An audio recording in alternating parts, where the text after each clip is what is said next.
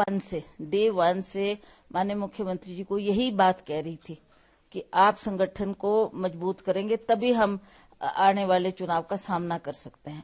ये बहुत कठिन घड़ी है हमारे लिए। आप जानते हैं हमारे आदरणीय मोदी जी के आदेश के अनुसार कितनी डिफिकल्टीज हमको दिख रही है फील्ड में कि भाजपा क्या करने जा रही है, क्या करेगी, कैसे इलेक्शन लड़ेगी। तो हम वहां कमजोर फुटिंग पर है। मैंने बार बार उनसे यही आग्रह किया कि हमारे को मजबूती करने की जरूरत है, पार्टी को संगठित करने की जरूरत है। आज जो हम इलेक्शन का सामना करेंगे वो definitely I can say that it's a difficult time, पर फिर भी चुनाव तो चुनाव ही है, लड़ना है और उसमें जीत हासिल करनी है। आप खुद सांसद हैं, आज की तारीख में अगर देखा जाए तो संगठन के लेवल पर भाजपा ज्यादा तैयार और मजबूत है या कांग्रेस?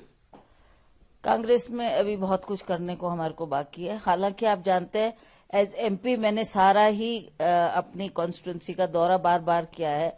मैं लोगों से मिली हूं, लोगों की बात को जानने का प्रयास किया, क्या उनकी डिफिकल्टीज है उसको जानने का प्रयास किया।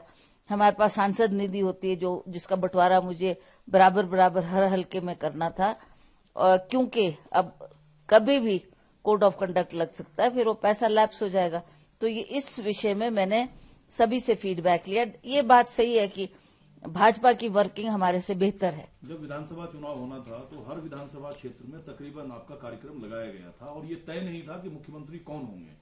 अब जब लोकसभा चुनाव होगा तो उसमें चेहरा कौन होगा चुनाव प्रचार के लिए? आप होंगे या जो मौजूदा मुख्यमंत्री है वो होंगे? देखिए, ये तो हाईकमांड ने डिसाइड करना है। That is not for me to decide कि मैं फील्ड में जाऊंगी। I will go just like a worker, like a sitting MP and party अध्यक्ष के नाते मुझे सभी पार्टी के संगठन के लोगों को मजबूती देना मेरा काम है, जिसके लिए मैं प्रयासरत हूं। वीरभद्र सिंह जी जो ऊपरी हिमाचल से लेकर निचले हिमाचल तक एक छत्र लोगों में स्वीकार्यता थी उनकी स्टैच्यू रिज मैदान पे लगनी चाहिए।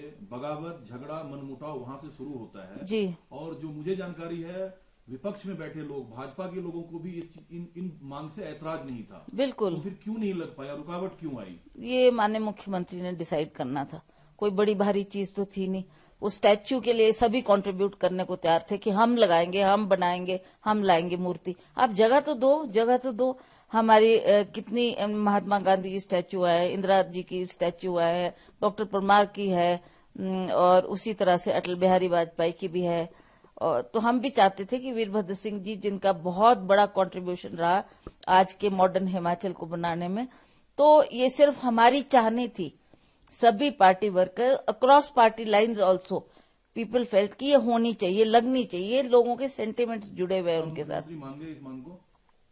अभी तो कोई चर्चा नहीं हुई है, पर कल विक्रमादित्य ने अवश्य इस बात को अपनी प्रेस कॉन्फ्रेंस में कहा कि लोगों की चाह होते हुए और बार बार उनसे मांग करते हुए भी ये बात क्यों सिरे नहीं चढ़ पाई। जाएंगे ही जाएंगे। वो अपने न्याय के लिए तो हर इंसान लड़ाई करता है, तो वो भी। जल्दबाजी में फैसला क्यों हुआ? इतने अपने ही 6 विधायक को लोकसभा चुनाव से ठीक पहले निष्कासित कर देना, इतनी जल्दबाजी में फैसला? दिल्ली ज्यादा इसमें इन्वॉल्व रहा या हिमाचल से ये फैसला लिया? मुझे नहीं पता कि क्या डायरेक्शन थी, और स्पीकर साहब ने ये जो फैसला दिया उससे वो लोग भी आहत हुए होंगे, क्योंकि वो सभी कांग्रेस लोग थे और वो अपनी हक की लड़ाई लड़ रहे थे। उनकी भी कुछ ना कुछ डिमांड्स थी। मान लिया मैं राणा जी की बात करती हूँ, राजेंद्र राणा, जो कि एक हमीरपुर क्षेत्र से ये बड़ा एमिनेंट चेहरा है जिन्होंने धूमल साहब को हराया, और वो चाहते थे कि मेरी कहीं ना कहीं सरकार में एडजस्टमेंट हो। 1 साल से ऊपर उन्होंने इंतजार किया। ये नौबती ना आती अगर उनको कहीं एडजस्ट कर देते। स्पीकर के फैसले पे अगर कोर्ट से स्टे ले लिया वही 6 विधायक, आपकी सरकार फिर संकट में आ जाएगी, क्योंकि बहुमत का आंकड़ा नीचे जाएगा। भाजपा जो है फिर इस कोशिश में होगी कि हिमाचल की सरकार को फ्लोर पे लाया जाए और अविश्वास प्रस्ताव की मांग की जाए। देखते हैं क्या सिचुएशन बनती है और क्या फैसला पार्टी हाईकमांड देती है और क्या हमको करना है उसमें। Let's see, that is yet to be seen. वो 6 विधायक आप लोगों के संपर्क में है, आप लोग मिलना चाहेंगे? विक्रम भाई मिलेंगे? देखिए, अभी तो they are under tight security, तो इतना आसान नहीं है उनको मिलना।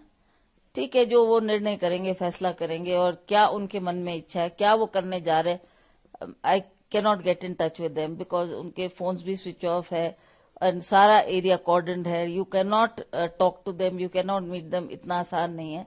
तो देखते हैं क्या परिस्थिति बनती है उसका। पर सबकी नजरें हैं सीएम साहब पर और विक्रम भाई पे। विक्रम भाई शिमला में है या कहीं गए हैं या किसी से मिलना पसंद करेंगे वो? वो अपने निजी काम से गया हुआ है, निजी काम से गया हुआ है।